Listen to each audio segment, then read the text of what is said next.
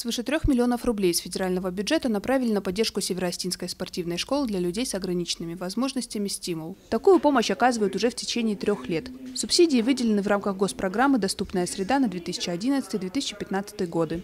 О расходовании денежных средств на заседании правительства сегодня отчитался министр по делам молодежи, физической культуры и спорта Хасан Бароев. По словам чиновника, 6 воспитанников школы «Стимул» завоевали золото на Олимпиаде в Пекине, а совсем недавно футбольная команда стала чемпионом России.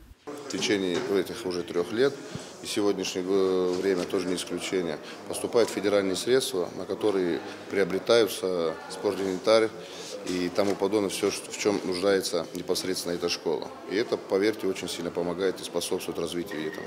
Средства используются для сопровождения того или иного спортсмена в какой-то другой либо регион, потому что не без этого, да. Поверьте, они настолько сильны, что одна вообще радость помогать им и поддерживать их.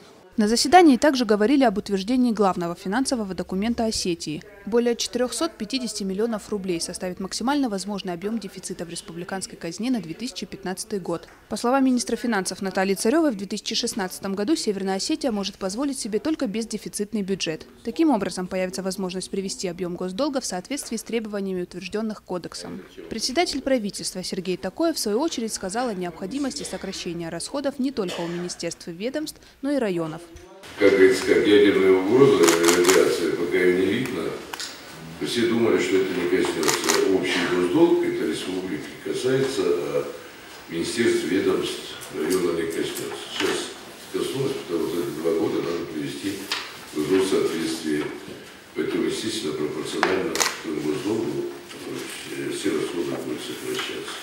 В ходе заседания было принято постановление о создании единого банка данных о несовершеннолетних и их семьях, находящихся в социально опасном положении. В настоящее время на учете в республике состоит более 140 семей, в которых 510 человек несовершеннолетние. Фатима Макиева, Алан Гасанов, Осетия ТВ.